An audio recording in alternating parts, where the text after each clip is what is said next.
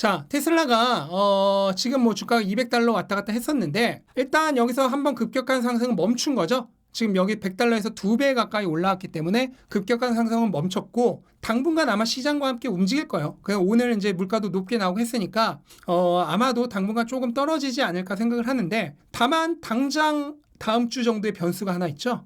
네, 며칠 후죠, 며칠 후. 투자자의 날이라는 굉장한 변수가 지금 하나 있어요, 테슬라는. 그래서 여기서 어떤 말이 나오냐에 따라 또 한번 펌핑 시기가 올지 아니면 예전에 배터리 데이트처럼 또 실망 매물 엄청 나오고 뉴스에 팔아라가 나오면서 크게 주가가 하락할지 알 수 없습니다. 일단은 기대감은 높아요. 도이치방크가 목표 주가를 220달러에서 250달러로 올렸죠. 근데 여기에 대한 핵심 사항은 이렇습니다. 간단히 정리해 보자면 생산 비용을 효율화하고 그러니까 비용을 최대한 낮추는 거죠. 생산 효율성은 오히려 증대시키고 여기에 대한 세부 계획, 그러니까 구체적인 계획을 그러니까 비전, 플랜을 얘기하는 거죠. 어떻게 비용을 낮출 것이고 어떻게 생산성을 증대시킬 것인지 그 효율에 대한 세부적인 플랜을 얘기하는 것에 대한 기대감이 우선 첫 번째고 그 다음에 지금 테슬라의 차량들의 플랫폼이 한 몇 년 동안 바뀌지 않았잖아요. 여기에 대한 다음 세대 플랫폼에 대한 개발 계획 그리고 이제 새로운 차량들이죠.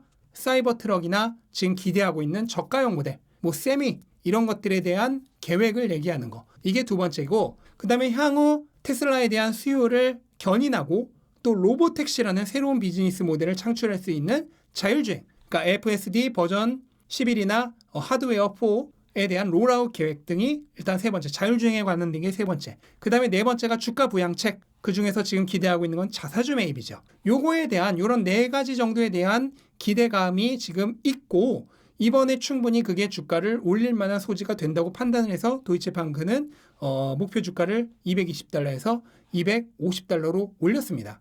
근데 일단 지금 생산 비용 효율에 따른 차량 가격 인하는 이미 진행 중이에요. 지금 이미 내연기관차보다 싸지고 있어요. 지금 미국의 평균 내연기관차 신차의 가격이 거의 5만 달러에 도달을 하는데 지금 미국에서 가장 인기 있는 모델 Y 롱렌지의 기본 가격이 5만 5천 달러예요. 그런데 여기에 지금 7,500달러 세금 공제가 안 들어가 있죠. 그럼 여기 7,500달러 세금 공제를 해버리면 이미 지금 미국의 평균적인 내연기관차보다 오히려 가격이 지금 이미 더 쌉니다. 그 다음에 모델 3 같은 경우에는 공제까지 받아버리면 거의 3만 5천 달러예요. 그러니까 미국의 평균적인 내연기관 신차보다 굉장히 싸요. 그래서 이미 지금 내연기관 차보다 더 싸지는 것은 진행이 되고 있다라고 생각을 하시면 되고 그 다음에 두 번째 요소였던 이 자사주 매입 같은 경우에는 개인적으로는 이번 투자자의 날에서는 아마 발표할 가능성은 좀 낮다고 생각을 해요. 왜냐하면 테슬라가 지금 현금성 자산 굉장히 많아요. 한 230억 달러 정도의 현금성 자산이 있는데 마음만 먹으면 150억 달러 정도 또는 그 이상까지 자사주 매입이 가능합니다. 그러면 전체 시가총액의 한 2.5% 정도 자사주 매입을 하는 것이 가능한데 일론 머스크가 경기 침체 상황에 대비해서 최대한 자사주 매입 카드는 옵션으로 남겨두되 최대한 사용하지 않겠다고 분명히 얘기를 했죠. 그래서 이번 투자자의 날에서 그 얘기가 나올 가능성은 개인적으로는 굉장히 없다라고 생각을 합니다. 그 다음에 사이버 트럭은 아무래도 이번에 거의 확실하게 뭔가 자세한 계획이 나올 것으로 예상되는 게 바로 사이버 트럭이죠. 근데 지금 이 글로벌 픽업 트럭의 시장이 굉장히 큽니다. 지금 2021년 기준으로 2228억 달러라는 엄청난 시장이 있어요. 근데 이 중에 절반이 미국입니다. 그러니까 미국 지금 픽업 트럭 시장만 1,100억 달러가 넘어요. 연간. 어마어마한 시장이죠. 근데 지금 그거를 포드, GM, 피아트가 거의 3분할을 하고 있는데 사이버 트럭이 들어오면서 한 2, 3년 걸려서 이 시장의 10%만 먹는다고 하더라도 거의 뭐 150억 달러 정도 되는 그 정도의 시장입니다. 그럼 한 대당 한 6만 달러 잡았을 때 1년에 뭐 기본적으로 25만 대 정도는 베이스로 팔 수 있는 그런 엄청난 시장이 있습니다. 그 다음에 또 하나 기대하고 있는 게 저가형 모델이죠. 3만 달러 정도 되는 저가형 모델이 지금 굉장히 필요해요. 지금 중국의 전기차의 평균적인 가격이 3만 유로가 조금 넘는데 뭐 유로랑 지금 달러랑 거의 1대1이니까 3만 달러 초반 정도의 가격이 지금 중국에서 형성이 되어 있습니다. 근데 테슬라는 거의 그 2배예요. 그러니까 테슬라는 지금 너무 비싸요. 중국의 평균적인 차량 가격 대비 거의 2배입니다. 거의 2배. 그래서 3만 달러 초반 정도의 모델이 나와야 돼요. 그럼 나오면 어떻게 되느냐?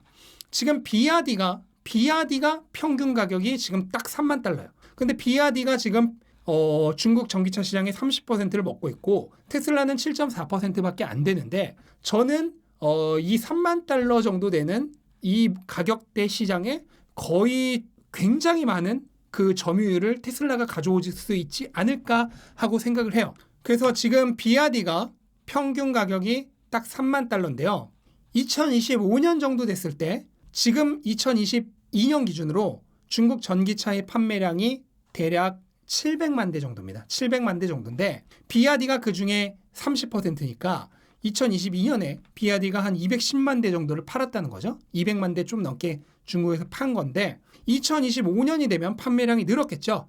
그럼 한 250에서 300만 대 정도까지 팔 수 있을 거라고 생각을 하는데 테슬라가 3만 달러 정도 되는 차량을 만들 시에 이 시장에 BRD 파는 거에 적어도 한 3분의 1 정도는 뺏어올 수 있지 않을까. 3만 달러대 시장에 굉장히 많은 포지션을 뺏어올 수 있지 않을까 생각을 해서 3만 달러 차량만으로, 그러니까 저가형 차량만으로 2025년 중국 내에서 80만 대는 충분히 가능하다. 기존 모델들 얘기하는 거 아닙니다. 3만 달러 이 차량 하나만으로 2025년 중국 내에서 80만 대 충분히 가능하다라고 보고 있습니다.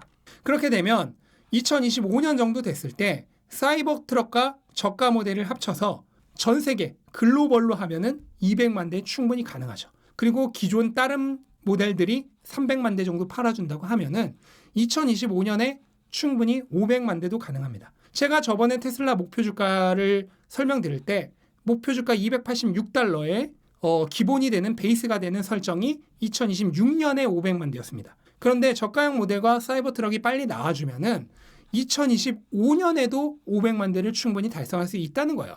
그러면 2026년에 500만 대를 설정하고 목표 주가를 286달러를 했는데 그걸 2025년에 달성해버리면 어떻게 되겠어요? 당연히 목표 주가는 여기서 훨씬 더 올라가겠죠? 그래서 이번 인베스터 데이에서 투자자의 날에서 이 사이버 트럭과 저가형 모델에 대한 정보가 나오는 게 저는 개인적으로 가장 기대를 하고 있는 요소고 요게 아마 직접적으로 주가에 가장 큰 영향을 미칠 겁니다. 그래서 요거에 대한 정보가 굉장히 중요하고 뭐 그 외에 다른 정보들이 또 있겠죠. 그래서 그거에 따라서 충분히 테슬라는 분위기를 반전시킬 수 있을 정도의 충분한 정보가 이번에 나올 수 있겠다라고 기대를 할 수가 있겠습니다. 그래서 제가 어제 루시드 때도 말씀을 드렸지만 현재 대부분의 기업들이 전기차 지금 자기들이 말하는 대로 못 만들어요. 딜레마입니다. 딜레마. 전기차를 키우자니 내연기관에 들어가는 돈 줄어들죠. 그러니까 전기차를 키우면 내연기관이 축소가 돼요. 그러면 내연기관이 지금 자기들이 이익이 나는 거란 말이에요. 전기차는 팔면 팔수록 손해란 거예요. 그러면 여러분 팔면 팔수록 손해인해를 늘리고 지금 유일한 밥줄이네를 줄이는 게 이게 회사로서 말이 되는 거예요? 안 되잖아. 지금 팔면 팔수록 손해인해는 안 팔고 이익이 나고 있는 애를 더 팔아야 되잖아. 근데 지금 대부분의 회사들이 이걸 반대로 해야 되는 상황이 강제되고 있는 굉장히 골치 아픈 상황인 겁니다. 팔수록 손해인해를 더 팔아야 되고 그 대가로 지금 나의 밥줄이네를 적게 팔아야 되는 말도 안 되는 상황에 있는 거예요. 근데 왜 이런 딜레마에 빠졌냐 그러면은 미래에는 내연기관차를 못 파니까. 얼마 전에도 유럽에서 2035년 이후로 유럽에서 내연기관 신차 판매 못한다고 이미 땅땅땅 해버렸잖아요. 그러니까 울며 겨자 먹기로 싫어도 팔면 팔수록 손해인해를 앞으로 밀어야 돼요. 그런데 이게 말이 쉽지 당장 밥줄이 끊기는데 이게 쉬운 게 아니에요. 진퇴양난이에요. 그래서 대부분의 기업들이 지금 하고 있는 거는 어떻게 보면은 플랜만 근사하게 해요. 플랜을 근사하게 전기차 이렇게 하겠다라고 막 그래픽 엄청 써가지고 CG 엄청 써서 멋진 광고 만들고 막 이렇게 하는데 실질적으로 자기들이 말한 것만큼 지금 진행이 안 되고 있어요. 그리고 지금 경영자인 사람들 앞으로 몇 년 후면은 다 그만두겠죠. 그러면 본격적으로 전기차 경쟁이 시작된 건 2030년 정도부터니까 자기들 문제가 아니에요. 그러니까 뒷세대한테 폭탄 떠넘기게 하고 자기는 떠나면 되는 겁니다. 자기 있는 동안은 기업이 실적이 좋고 수입이 좋고 돈을 잘 버는 게 더 중요하죠. 자기가 있는 동안에. 그래야지 자기 퇴직할 때 더 많은 퇴직금을 받고 더 많은 인센티브 받고 퇴직할 거 아니야. 그러니까 자기 있는 동안은 미래에 필요한 전기차가 아니라 지금 돈 버는 내연기관차를 더 밀어야 되는 거예요. 얘를 밀면 밀수록 지금 버는 돈은 줄어드니까 자기 퇴직할 때 인센티브 줄어들고 그 퇴직금 줄어들겠죠. 그러니까 안 돼요. 그러니까 플랜만 근사하게 내놓고 전기차가 아니라 내연기관차를 밀어야 돼요. 그래서 최대한 지금 실적 좋게 해서 최대한 많은 인센티브 받고 자기는 퇴사하고 뒷세대들한테 폭탄은 다 떠넘기면 되는 겁니다. 그래서 저는 나중에 본격 전기차 경쟁 시대가 열리면 수많은 회사들이 도산할 거라 생각을 하고 그 사람들이 얘기했던 대로 그렇게 많은 회사들이 전기차로의 전환 성공적으로 하지 않을 거라고 생각을 합니다. 그리고 신생 업체들은 이번에 루시드도 보여줬다시피 이 데스밸리를 넘기기 쉽지 않습니다. 양산화의 벽을 뛰어넘지 못하는 회사들이 엄청나게 많을 것이다. 루시드는 2021년에 내년에 2만 대를 만든다 그랬는데 지금 2023년에도 1만 대밖에 못 만든다 그러죠. 2024년이 돼도 2만 대 만들 수 있을지 모릅니다. 그러니까 전부 자기들 말한 대로 안 되는 거예요. 그래서 뭐 이런 얘기 많았죠. 무슨 공룡들이 기존 자동차 회사들이 맘만 먹으면 테슬라 따라잡는다. 그 다음에 뭐 새로운 루시드 리비안 같은 수많은 전기차 회사들이 지금 나오면 테슬라 망한다. 이런 얘기들이 많았지만 그런 사람들이 생각하는 것보다 테슬라의 경쟁 우위, 경제적 해자가 훨씬 더 강하다. 그런 사람들이 지금 예상하고 있는 것보다 테슬라의 경쟁 우위 훨씬 더 강하다고 저는 생각을 합니다. 그래서 맘만 먹으면 따라잡는 게 절대 아니다. 그게 말처럼 쉬운 게 아니다. 라는 거를 말씀드리고 싶습니다. 자, 기본적인 거는 다 말씀드렸고요.